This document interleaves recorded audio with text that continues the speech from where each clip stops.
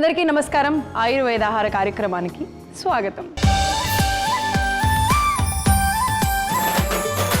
So ఆరోగ్యంగా ఉండడం అంటే శరీరాకృతి మంచిగా కనిపించడం, లేకపోతే నరాలు బలంగా ఉండడం, ఇదే ఒక్కటే కాదు, మానసికంగా కూడా మనం చాలా దృఢంగా ఉండాలి. అంటే శారీరకంగా బలంగా ఉండడంతో పాటు మానసికంగా దృఢంగా ఉంటేనే కానీ ఆరోగ్యంగా ఉన్నాము అనేదానికి ఒక ఫుల్ ఫ్లెడ్జ్డ్ మీనింగ్ రాదనమాట.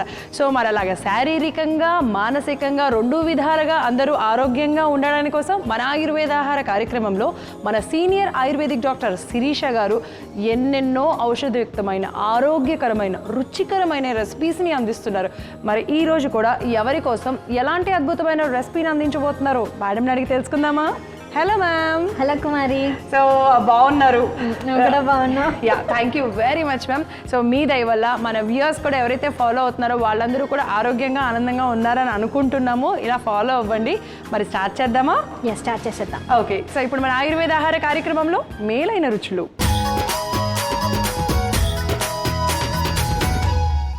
మేలైన రుచుల్లో ఎవరికి మేలు చేసేటువంటి రెసిపీని అందిస్తున్నారు? ఈ కాలంలో మనం అందరం కూడా రక్తహీనత సమస్య నుంచి చాలా మంది బాధపడుతున్నారు. సో ఆ సమస్యకు నివారణోపాయంగా ఒక మంచి రెసిపీని వల్ల తయారు చేసుకోబోతున్నాం. ఓకే, ఏంటది? అదే క్యాబేజీ ఉల్లిపరక అప్పం.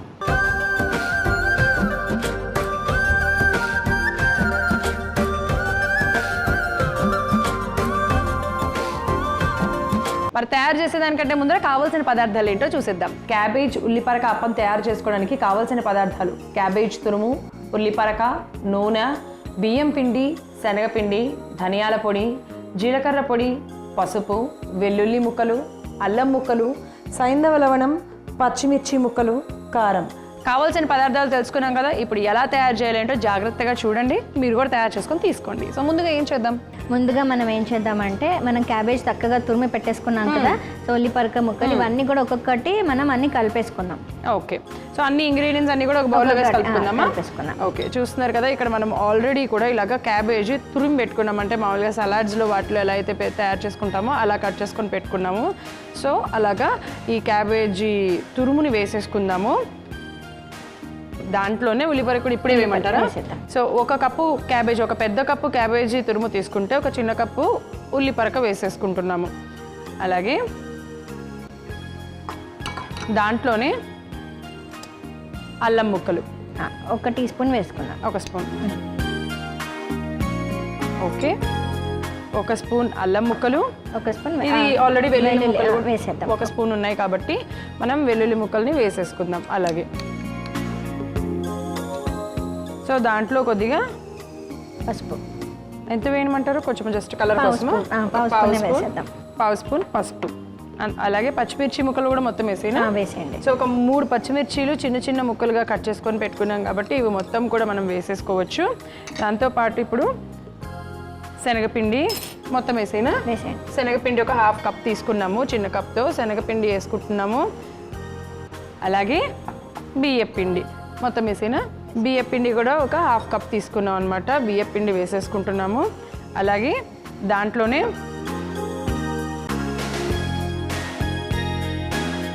సైంధవ లవణం తగినంత, అప్పాలకి తగినంత సైంధవ లవణం అనమాట. ధనియాల పౌడర్. ధనియాల పౌడర్ 1 స్పూన్ వేయాలి. 1 స్పూన్ వేసేద్దాం. 1 స్పూన్ ధనియా పౌడర్. జీలకర్ర పొడి 1 స్పూన్. 1 స్పూన్ జీరా పౌడర్. తగినంతగా కారం.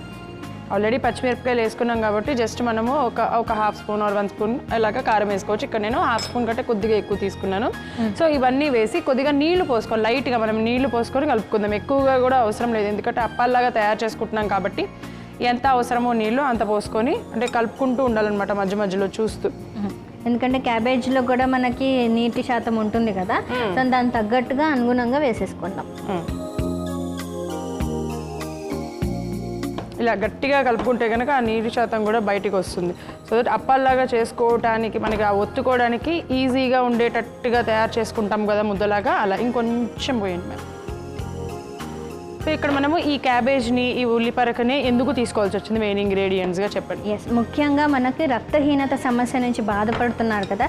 సో దాని నివారణ ఉద్దేశంగా మనం ఈ రెసిపీ తయారు చేసుకుంటున్నాం.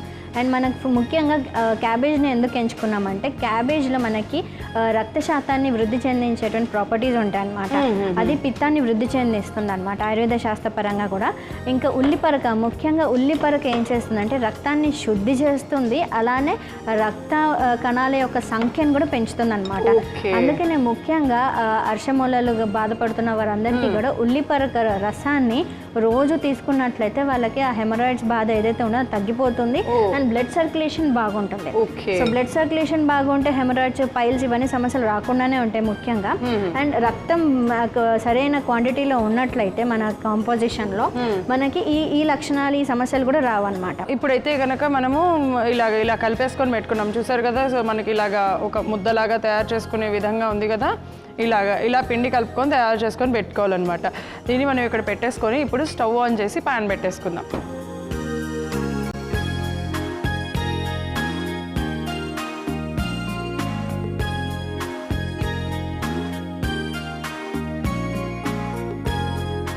సో ప్యాన్ పెట్టుకుంటున్నాము. ఈ ప్యాన్లో కొద్దిగా నూనె కూడా వేసేసుకుందాం. 1 to 2 స్పూన్స్ నూనె వేసేసుకుంటే సరే. 1 స్పూన్ నూనె వేసుకుంటున్నాను. సో ఇంకొక స్పూన్ కూడా వేద్దాము. సో దట్ ఏంటంటే మనకి 2 వైపులా కాల్చుకోవాలి కాబట్టి అది కొద్దిగా వేడి అయిన తర్వాత మనం ఇది వేసుకుందాం. సో ఇందాక మీరు అన్నట్టుగా ఉల్లిపరక రసము అన్నారు కదా, అంటే అలా పచ్చి రసాన్ని తీసుకొని ఎంత తీసుకోవచ్చు అంటారు మామూలుగా? ఇప్పుడు మీరు చెప్పిన సమస్యతో బాధపడుతున్న వాళ్ళు డైలీ ఒక 10 to 20 ml తీసుకున్నా కూడా సరిపోతుంది. సో హెమరాయిడ్స్, పైల్స్ నుంచి వాళ్ళ సమస్య బాధపడుతున్న వాళ్ళకి విముక్తి కలుగుతుంది. అండ్ ముఖ్యంగా రక్తహీనత ఎందుకు మనం అడ్రస్ చేయాలి? ఇప్పుడు రక్తహీనత ఉండడం వల్ల మనకి ఎలాంటి ప్రాబ్లమ్స్ వస్తాయంటే, మనం చిన్న పిల్లల నుంచి తీసుకుంటే పెద్దవాళ్ళ వరకు కూడా, ఫర్ ఎగ్జాంపుల్ చిన్నపిల్లలకి ముఖ్యంగా ఆడపిల్లలకి అయితే ఏమవుతుందంటే రక్తహీనత ఉండడం వల్ల ఆడపిల్లలకు కానీ మగపిల్లలకు కానీ వాళ్ళ ఫిజికల్ గ్రోత్ కానీ మెంటల్ గ్రోత్ కానీ ప్రాపర్గా ఉండదు. First thing. అండ్ ముఖ్యంగా మా ఆడపిల్లలలో ఏమవుతుందంటే వాళ్ళ ప్యూబర్టీ ఏజ్ వచ్చినప్పుడు మెనార్కి కానివ్వండి అవన్నీ కూడా హార్మోనల్ ఇంబ్యాలెన్స్ అనేటువంటిది జరుగుతుంది. అండ్ యుక్త వయసులో వచ్చినప్పుడు రక్తం కలుషితం అవ్వడం కానీ రక్తహీనత వల్ల ఏమవుతుందంటే ఇమ్యూనిటీ, అందరిలో ఇమ్యూనిటీ తగ్గిపోతుంది. సో ఇమ్యూనిటీ ఒకసారి మనకు తగ్గింది, రోగనిరోధక శక్తి తగ్గింది అంటే మనం వేరియస్ ఇన్ఫెక్షన్స్ కి మనం గురవుతాం. సో కొంత గొప్ప మనము మందులు వేసుకున్నప్పటికీ అది చాలా టైం పడుతుంది అనమాట హీలింగ్ ప్రాసెస్ అవ్వడానికి. అండ్ ముఖ్యంగా డయాబెటీస్, హైపర్ టెన్షన్ ఉన్న వాళ్ళకి ఏమవుతుందంటే ఏదైనా చిన్న దెబ్బ కానీ తగిలినప్పుడు లేదంటే ఏదైనా ఇల్నెస్ వచ్చినప్పుడు అది హీల్ అవ్వడానికి లేకపోతే వాళ్ళు దాని నుంచి బయటపడడానికి చాలా టైం పడుతుంది. ఇంకొకటి ఏంటంటే ముఖ్యంగా ఊపిరితిత్తుల సమస్యలు వచ్చినప్పుడు మనకి రక్తహీనత ఉన్నప్పుడు ఆ ఊపిరితిత్తులు సరిగ్గా పనిచేయకపోవడం ఇంకా డిలే అయిపోతుంది అనమాట. ఓకే. సో మేడం అయితే మనకి చాలా, అంటే ఇది తీసుకోవడం వల్ల ఎన్ని ఆరోగ్య ప్రయోజనాలు ఉన్నాయి అనేది చాలా చక్కగా చెప్పారు. ఇప్పుడు మేడం చెప్పిన వాటిల్లో ఎటువంటి ఏ చిన్న సమస్య మీరు ఎదురైనా కూడా ఇలా తయారు చేసుకొని తీసుకుంటే చాలా మంచిది, అంటే ఆరోగ్యంగా ఉంటారు అని అంటున్నారు. చూసారు కదా, ఇక్కడ నేను ఇలాగ తయారు చేసుకొని తీసుకున్నాను. ఈ నూనెని ఏం చేద్దామంటే ఒకసారి స్ప్రెడ్ చేద్దాము. ఈవెన్గా స్ప్రెడ్ చేసి దాన్ని మనము లైట్గా ఇలాగా కొంచెం ఇప్పుడు పైన లైట్గా కొద్దిగా ఆయిల్ వేసుకుందాము. సో దట్ ఏంటంటే మనకి చేతికి ఇలా అంటుకోకుండా ఉంటుందన్నమాట. సో అలాగా సన్నగా చిన్నగా స్ప్రెడ్ చేసుకోవాలి. ఆయిల్తో అయినా స్ప్రెడ్ చేసుకోవచ్చు, లేదు అంటే కనుక మనము నీళ్ళైనా కూడా తీసుకోవచ్చు. కొంచెం నీళ్ళు పోయిన మేము లైట్గా కొంచెం నీళ్ళు కూడా అద్దుకొని స్ప్రెడ్ చేసుకుంటే కనుక ఈజీగా అయిపోతుంది. ఒకవేళ ఇలా ఇబ్బంది అనిపిస్తే ముందే మనం చిన్న చిన్న అప్పల్లాగా తయారు చేసుకొని డైరెక్ట్గా దాని మీద వేసేసుకోవచ్చు. ఏదర్ ఎలా అయినా పర్వాలేదు. బట్ ఇది ఇలా తయారు చేసుకున్నప్పుడు ఏంటి అని అంటే దానికి హోల్స్ పెట్టుకోవాలన్నమాట. మనము మధ్య మధ్యలో ఒక చిన్న చిన్న హోల్స్ లాగా పెట్టుకుంటే త్వరగా మంచిగా కుక్ అవుతుంది. ఫ్లేమ్ అనేది కొద్దిగా చిన్నగా పెట్టుకోవాలి. ఇక్కడ చూసారు కదా, సో ఇక్కడ మధ్యలో ఒక చిన్న హోల్స్ లాగా పెట్టుకోవాలి. ఇలా పెట్టుకొని తయారు చేసుకోవాలి. మనం ఫ్లేమ్ అనేది చిన్నగా పెట్టుకొని మూత పెట్టేసుకొని ఇలాగా అప్పాలు తయారు చేసుకోవాలి. కేవలం ఒక సైడే కాదు, 2 వైపులా కూడా చక్కగా కాల్చుకున్నట్లయితే లో ఫ్లేమ్ మీద 2 సైడ్స్ మంచిగా ఉడుకుతుంది. దీన్ని తీసుకోవడం వల్ల ఆరోగ్యానికి కూడా ఎంతో ఉపయుక్తకరంగా ఉంటుంది. అంతేకాకుండా రుచి కూడా బాగుంటుంది. చిన్నపిల్లల నుంచి పెద్దవాళ్ళ వరకు అందరూ ఇష్టంగా కూడా తింటారు. సో తప్పకుండా ఇలా ట్రై చేయండి. మరి ఇది 2 సైడ్లా కూడా మనం కాల్చుకుందాము. సో మరి ఒక సైడ్ కాలిందో లేదో చూద్దాము.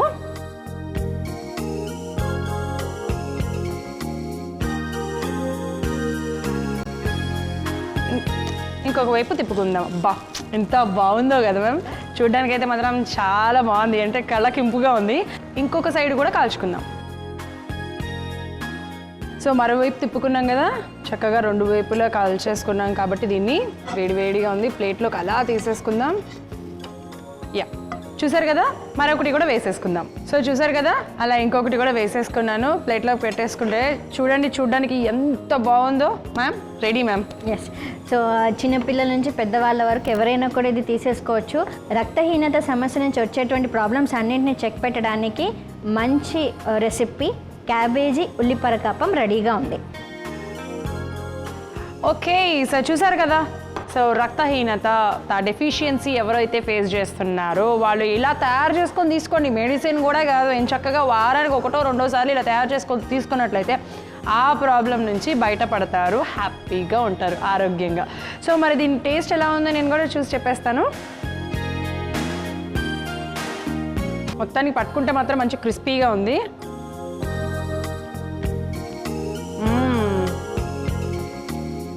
చాలా చాలా చాలా చాలా బాగుందన్నమాట, చాలా టేస్టీగా ఉంది, అన్ని పర్ఫెక్ట్గా సెట్ అయిపోయినాయి. అఫ్కోర్స్ ఆ క్యాబేజ్ అండ్ ఆ ఉల్లిపరక ఫ్లేవర్ అయితే మరింత ఎన్హాన్స్, అంటే చాలా బాగుంది, టేస్ట్ అనేది చాలా బాగుంది.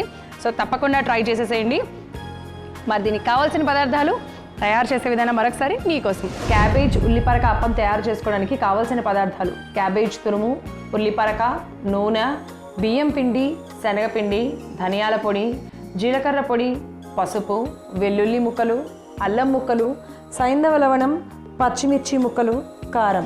క్యాబేజ్ ఉల్లిపరక అప్పం తయారు చేసుకునే విధానం: ముందుగా ఒక మిక్సింగ్ బౌల్ తీసుకొని అందులో 1 కప్పు క్యాబేజ్ తురుము, 1 కప్పు ఉల్లిపరక, 1 చెంచా అల్లం ముక్కలు, 1 చెంచా వెల్లుల్లి ముక్కలు, 1/2 చెంచా పసుపు, పచ్చిమిర్చి ముక్కలు, 1/2 కప్పు శనగపిండి, 1/2 కప్పు బియ్యం పిండి, రుచికి సరిపడా సైంధవ లవణం, 1 చెంచా ధనియాల పొడి, 1 చెంచా జీలకర్ర పొడి, 1/2 చెంచా కారము, సరిపడా నీళ్లు పోసి బాగా కలుపుకొని పక్కన పెట్టుకోవాలి. ఇప్పుడు స్టవ్ వెలిగించి పాన్ పెట్టుకొని 2 చెంచాల నూనె వేసి వేడి చేసుకోవాలి. నూనె వేడయ్యాక కలుపుకున్న పిండి మిశ్రమాన్ని పాన్ మీద అప్పంలా ఒత్తుకొని మధ్యలో చిన్న చిన్న రంధ్రంలాగా చేసుకొని 2 వైపులా తిప్పుకుంటూ కాల్చుకొని సర్వింగ్ ప్లేట్లోకి తీసుకుంటే రక్తహీనత నుండి వచ్చే సమస్యలను తగ్గించి క్యాబేజీ ఉల్లిపరక అప్పం రెడీ.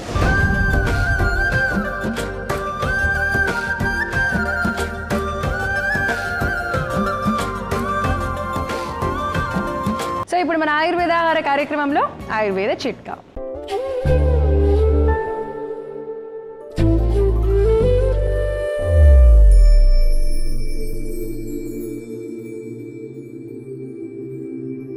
మోకాళ్ళల్లో గుజ్జు పట్టడానికి ఆయుర్వేదంలో ఒక చక్కని చిట్కా ఉంది. అదేంటంటే మహాబీర విత్తనాలను మనకి మార్కెట్లో దొరుకుతాయి. ఆ విత్తనాలను 1 టీ స్పూన్ 1 గ్లాస్ వాటర్లో రాత్రి నానబెట్టేసేసి ఉదయాన్నే పరగడుపున ఆ వాటర్ ఆ సీడ్స్ అలానే తీసేసుకున్నట్లయితే మనకి ఎముకలలో అంటే ఏ జాయింట్స్లో అయినా గుజ్జు పట్టడానికి ఉపయుక్తంగా ఉంటుంది. ఇలా కనీసం అంటే 2 నెలల పాటు చేసినట్లయితే వృద్ధాప్యంలో ఎవరైతే ఆస్టియోపోరోసిస్ ఎముకలు అరిగిపోవడం వల్ల సమస్యతో బాధపడుతున్నారో వారందరికీ కూడా మంచి ఉపశమనం కలుగుతుంది. ఇప్పుడు మన ఆయుర్వేద ఆహార కార్యక్రమంలో సంజీవని. సో మరి సంజీవినిలో ఎవరికి సంజీవిని లాంటి ఔషధాన్ని అందిస్తున్నారు? మన శరీరంలో ఉన్నటువంటి మాలిన్యాలన్నింటినీ తొలగించడానికి, అంటే డీటాక్సిఫైయింగ్ ఏజెంట్ అంటారు చూసారా, సో అలాంటి ఒక మంచి సంజీవిని తయారు చేసుకోబోతున్నాం. ఏంటి మ్యామ్ అది? అదే పియర్స్ కీరదోసకాయ పానీయం.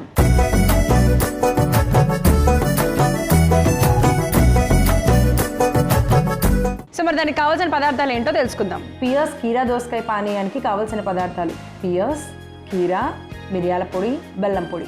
ఓకే, సో కావాల్సిన పదార్థాలు తెలుసుకున్నాం కాబట్టి ఇప్పుడు ఎలా తయారు చేయాలి, ఎవరెవరు ఎంత మోతాదులో ఎప్పుడు తీసుకోవాలి తెలుసుకుందాం. సో మ్యామ్ ముందుగా ఏం చేద్దాం అంటే ఫస్ట్ పియర్స్ అంటే చాలా మందికి తెలుసో లేదో మనం చూపిద్దాము. మామూలుగా తెలుసు బట్ ఏంటంటే కొంతమంది చిన్న కన్ఫ్యూజ్ అవుతారు. అది ఇంతకీ ఏంటి, అది గ్రీన్ యాపిలా లేకపోతే యాపిలా, ఏంటి అసలు? బేర్ పండా అనేసి అంటుంటారు. తెలుగులో మాత్రం దీన్ని బేర్ పండు అని పిలుస్తూ ఉంటారు. ఇది మనకి యాపిల్ లాగా కనిపిస్తుంది, గ్రీన్ యాపిల్ లాగా, కానీ మనకి ఈ ఆకారంలో ఉంటుంది సార్, కొంచెం ట్రయాంగిల్ షేప్ లో లాగా ఉంటుంది. ఇది పియర్స్. దీనిని ఆయుర్వేద శాస్త్రంలో నష్పతి అంటారు. అంటే త్రిదోషాలు అన్నింటినీ కూడా సమతుల్యంగా ఉంచడానికి ఉపయోగపడేటువంటిది అన్నట్టు. సో అందుకని మనం ఏం చేద్దామంటే దీనిని ముక్కలుగా కట్ చేసేసుకుందాం ఫస్ట్. ఓకే, సో మిక్సీ జార్లో వేయాలా? మిక్సీ జార్లో వేసేసుకుందాము. ఒక హాఫ్ సరిపోతుందా?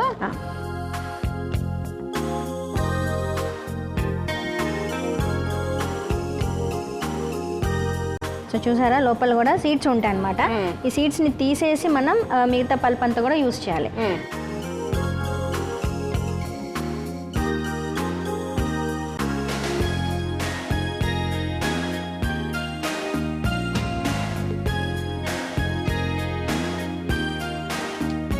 ఓకే, సో అలా పియర్స్ వేసేసుకోవాలి. చాలామంది ఏంటంటే యాపిల్స్కి వాటికి తొక్కలు తీసేస్తూ ఉంటారనమాట, అంటే పీల్ వేసేస్తూ ఉంటారు.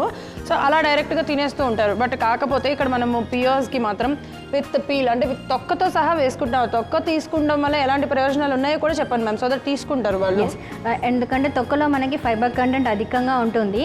ఇది మనం డీటాక్సిఫైయింగ్ ఏజెంట్ అంటున్నాం కాబట్టి మన రక్తనాళాలలో ఉన్నటువంటి మలినాలన్నింటినీ కూడా తొలగించడానికి ఆ ఫైబర్ కంటెంట్ అనేది అవసరం పడుతుంది. ఓకే, ఒక కంప్లీట్ కీరా, ఒక కంప్లీట్ ఇది కావాలా, పియర్ కావాలా? ఒక కంప్లీట్ అవసరం పడుతుంది. ఓకే, ఇలా న్యాచురల్గా ఫ్రూట్ కూడా తినేసేయచ్చు, కానీ చాలా మంది కొన్నిసార్లు తింటారు, కొన్నిసార్లు మిస్ అయిపోతారు. అంటే తింటారు కానీ ఇలా కాంబినేషన్లో తీసుకోవాలి బేసికల్లీ. ఇది ఒక టైంలో అదొక టైంలో తీసుకుంటారు. ఇక్కడ మనం తయారు చేసేది ఏంటంటే డీటాక్సిఫికేషన్ జరగడానికి కోసం ఈ కాంబినేషన్ తీసుకుంటున్నాం కాబట్టి ఇలాగా. సో ఇప్పుడు తీసేసుకున్నాము. ఇప్పుడు మనకి దీనిలో కీర దోసకాయ అనేది మొత్తం కూడా యూస్ చేయొచ్చు, కానీ మనం ఇప్పుడు హాఫ్ యూస్ చేస్తాం, సరిపోతుంది. అది కూడా క్వాంటిటీని బట్టి కొంతమంది ఇష్టపడరు కదా. ఐడియల్ గా తీసుకోవాలని అంటే ఒక కంప్లీట్ పియర్స్, ఒక హాఫ్ కీర దోసకాయ అయితే మనకు ఐడియల్ గా ఉంటుంది. Okay, so as it is మనము ఇది కట్ చేసేసి వేసేసుకోవచ్చు. ఇది సలాడ్స్ గా యూస్ చేస్తే ఇంకా బాగుంటుంది.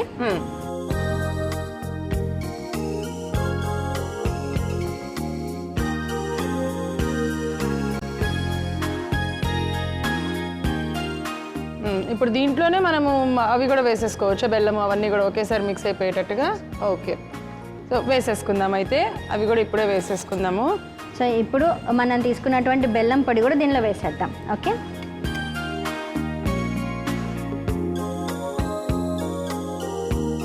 సో ఆల్రెడీ మనం ఇక్కడ 1.5 స్పూన్ కొలతతో పెట్టుకున్నాము. సో 1.5 స్పూన్ అనేది వేసేసుకుంటున్నాము. బెల్లం తురుము పెట్టుకున్నాము, ఈజీగా అవుతుంది కాబట్టి. అలాగే మిరియాల పొడి ఒక చిటికెడు మిరియాల పొడి అనమాట. సో అది వేసుకుంటున్నాము. కీరా దోసకాయ ముక్కలు, బెల్లం తురుము, మిరియాల పొడి, అలాగే పేర్ మొత్తం కంప్లీట్ పేర్ అండ్ హాఫ్ కీరా దోసకాయ. ఇప్పుడు దాన్ని మిక్సీ పట్టేసుకుందాం. ఇంకా దీంట్లో మీకు తెలిసిన విషయమే, నీళ్ళు పోయాల్సిన అవసరం లేదు, దీంట్లోనే నీళ్ళు ఉంటాయి కాబట్టి సరిపోతుంది. మెత్తగా చేసుకుంటే చాలు. సో చూసారు కదా, మనం మిక్సీ జార్లో వేసుకొని మెత్తగా బ్లెండ్ చేసుకున్నాము, మెత్తగా పేస్ట్ లాగా తయారు చేసుకున్నాం అనమాట. ఆ మిశ్రమం అనేది మనకి ఇలా వచ్చేసింది, ఎగ్జాక్ట్ నీళ్ళు పోసుకున్నట్టే. ఇదంతా కూడా ఇప్పుడు గ్లాస్లోకి తీసేసుకుంటాం.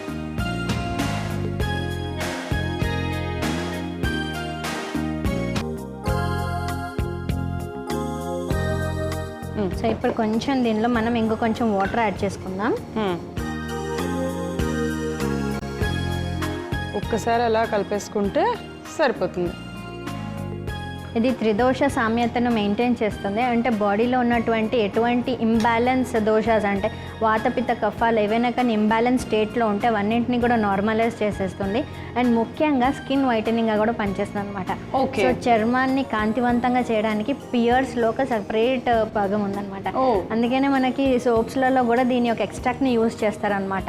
అంటే దీని ఇంకా చెప్పాలంటే పియర్స్ ఒక చెట్టు, దాని యొక్క ఆకులు, వేర్లు, పండు, దానిలో ఉన్నటువంటి సీడ్స్ అన్ని కూడా ఉపయుక్తమైనటువంటి. సో అందుకనే మనకి సోప్స్ అవన్నీ కానీ లేకపోతే ఫ్రాగ్రెన్స్ యూజ్ చేసే అన్నిట్లో కూడా ఈ పియర్స్ని యూజ్ చేస్తారు. అండ్ మనం ఇప్పుడు వాడినటువంటి కీర దోసకాయ, ఈ పియర్స్ అనే కాంబినేషన్ ముఖ్యంగా మనకి బరువు తగ్గడానికి, బరువుని నియంత్రించడానికి కూడా ఎంతో ఉపయుక్తంగా ఉంటుంది. అలానే స్కిన్ ఇన్ఫెక్షన్స్ రాకుండా కూడా ఉపయోగపడుతుంది. సో ఇన్ని ప్రయోజనాలు ఉన్నటువంటి పియర్స్ కీర దోసకాయ పానీయం రెడీగా ఉంది.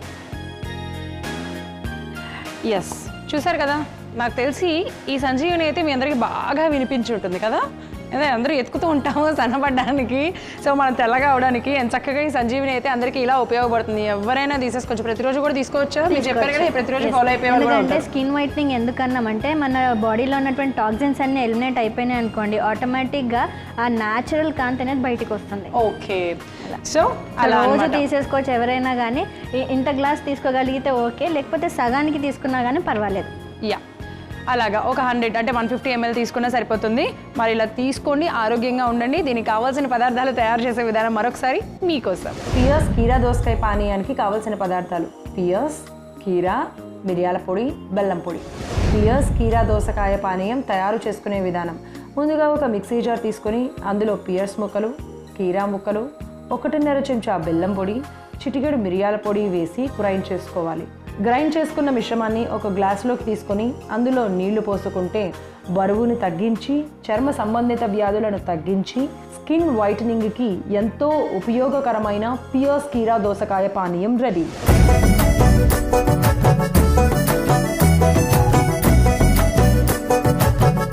ఇలా ట్రై చేసేసేయండి. And thank you very much ma'am, మంచి రెసిపీ అలాగే ఔషధాన్ని అందించినందుకు. Thank you Kumari. Yeah, so ఖచ్చితంగా ఫాలో అయిపోండి. ఆరోగ్యంగా ఉండడానికి కోసము, అందంగా ఉండడానికి కోసము, బ్రెయిన్ చురుగ్గా పనిచేయడానికి కోసం కూడా మంచి మంచి రెసిపీస్ తయారు చేస్తున్నాము. వచ్చే ఎపిసోడ్లో మరిన్ని ఔషధయుక్తమైన ఆరోగ్యకరమైన రెసిపీస్తో మేము ఇద్దరం మీ ముందుంటాం. అంతవరకు చూస్తూనే ఉండండి ఈటీవీ అభిరుచి. నమస్తే.